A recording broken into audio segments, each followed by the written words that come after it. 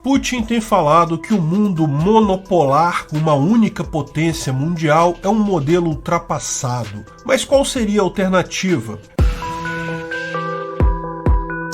Esse é o Visão Libertária, sua fonte de informações descentralizadas e distribuídas. Putin já falou nesse tema diversas vezes, sendo a última vez delas no Fórum Econômico de São Petersburgo, há poucos dias atrás. Aliás, o Fórum Econômico de São Petersburgo surgiu justamente dessa visão, como um polo concorrente ao Fórum Econômico de Davos, na Suíça. Lógico, um concorrente bem menos disputado. Nos anos anteriores, alguns líderes europeus chegaram a frequentar o evento, mas depois da invasão da Ucrânia, o único convidado verdadeiramente internacional foi o governo do Talibã do Afeganistão. Fora isso, só estados que já são vassalos da Rússia mesmo, como o Cazaquistão, Belarus e outros. E, diga-se de passagem, mesmo o Talibã, mesmo o presidente do Cazaquistão, deixou claro que não reconhece os estados separatistas de Donbás, ou seja, mesmo quem se sujeitou a ir a esse encontro não está assim tão alinhado com Putin. Mas esse evento faz parte do sonho do Putin de um mundo multipolar.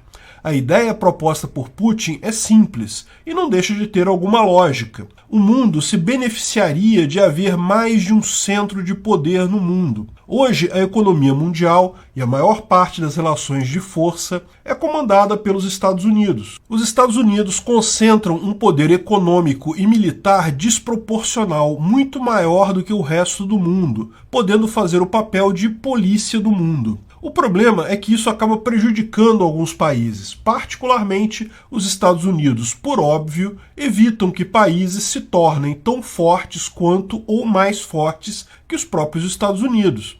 E esse controle, na visão do Putin, é ruim para o mundo. Seria muito melhor um mundo multipolarizado, em que vários países tivessem esferas de influência econômica, sem que nenhum deles tivesse a supremacia absoluta. E, de um ponto de vista puramente teórico, eu concordo. Você ter uma descentralização é melhor do que uma centralização sempre. De fato, um mundo que não tivesse uma única superpotência, mas várias potências em equilíbrio, seria bem melhor do que esse mundo que temos hoje, em que temos apenas uma superpotência hegemônica. Embora que, para o problema geral da liberdade dos indivíduos, isso faça pouca diferença. O fato é que muito mais importante que a relação entre países é a relação entre indivíduos. Indivíduos, de fato, são quem enriquecem os países onde vivem. Ao ignorar esse ponto fundamental, Putin incorre em um erro. O erro de Putin é que ele pretende se impor pela força, como um desses polos alternativos, uma dessas potências alternativas.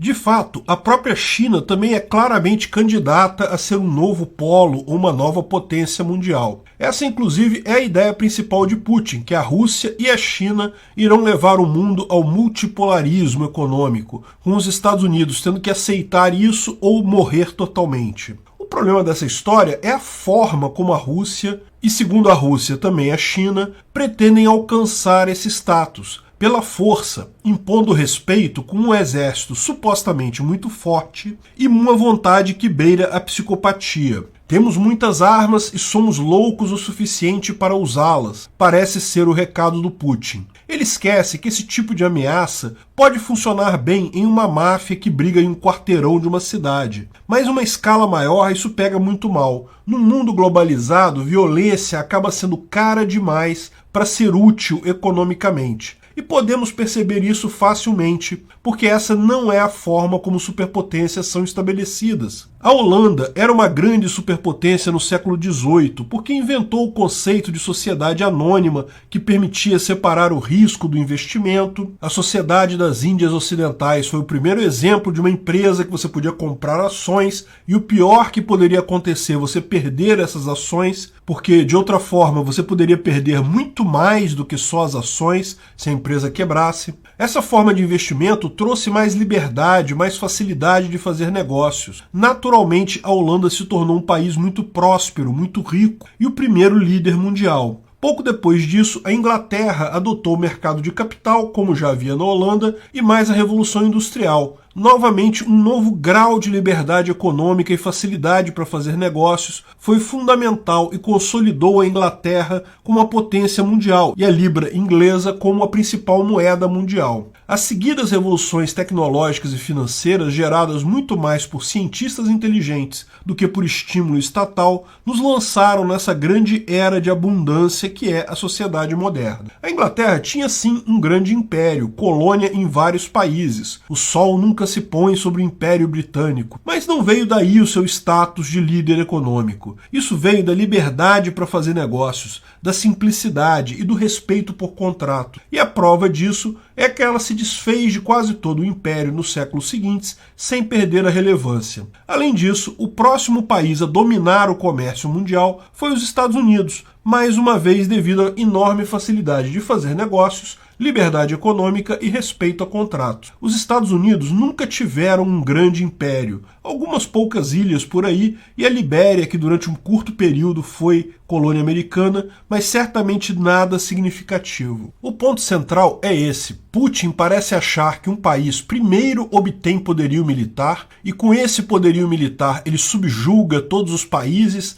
trazendo-os para sua esfera de influência e assim se torna uma potência mundial. O processo, porém, é exatamente o oposto. Um país apresenta facilidade, liberdade, estabilidade e respeito a contratos, o que faz com que muitos países, muitos indivíduos em outros países queiram fazer negócio ali. E daí ele forma uma grande esfera de influência, fica muito rico e pode até bancar uma grande força militar. Democracia é um grande fator de estabilização porque evita que um ditador se perpetue por muito tempo. Foi exatamente assim que aconteceu com Holanda, Inglaterra e Estados Unidos. Putin parece acreditar na mentira divulgada na época da Guerra Fria de que o mundo tinha duas superpotências igualmente importantes. Não, esse era apenas o discurso soviético. A União Soviética e seus países satélites não chegavam nem perto da riqueza dos Estados Unidos e os seus países satélites. Os satélites soviéticos só se mantinham por influência de Moscou pela força, o que é algo totalmente antieconômico. O uso da força é muito mais caro do que o mero convencimento. A União Soviética mantinha sua esfera de influência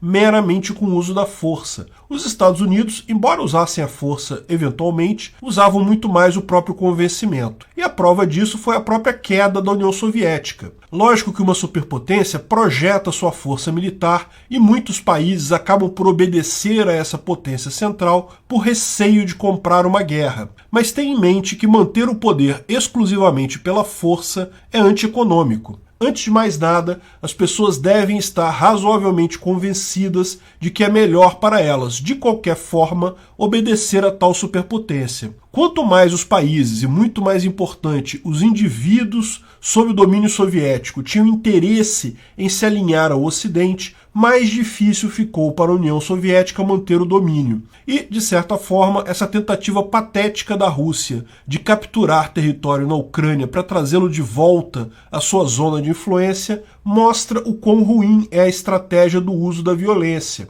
Antes da invasão russa, ainda haviam pessoas pró-Rússia na Ucrânia. Agora não tem mais ninguém. Mesmo que a Rússia consiga, com o uso absurdo de força, submeter a Ucrânia, o custo disso no tempo será tão grande que a ruptura será inevitável. O fato é que ninguém duvida que o poderio americano já não é mais tão grande quanto já foi no passado. E pela história é só natural que toda potência um dia chegue ao fim. Mas eu acho prematuro dizer que os Estados Unidos vão desmoronar amanhã ou muito em breve. Mas o mais absurdo ainda é achar que a Rússia ou a China poderiam tomar o lugar dos Estados Unidos. Nesse momento, eu apostaria mais em estados descentralizados, empresas que garantem segurança de indivíduos, independente de onde eles estão fisicamente. O poder militar sempre acompanha a economia, e a economia sempre acompanha a liberdade, a simplicidade e o respeito a contratos. Acho mais provável um mundo multipolarizado com empresas de segurança privadas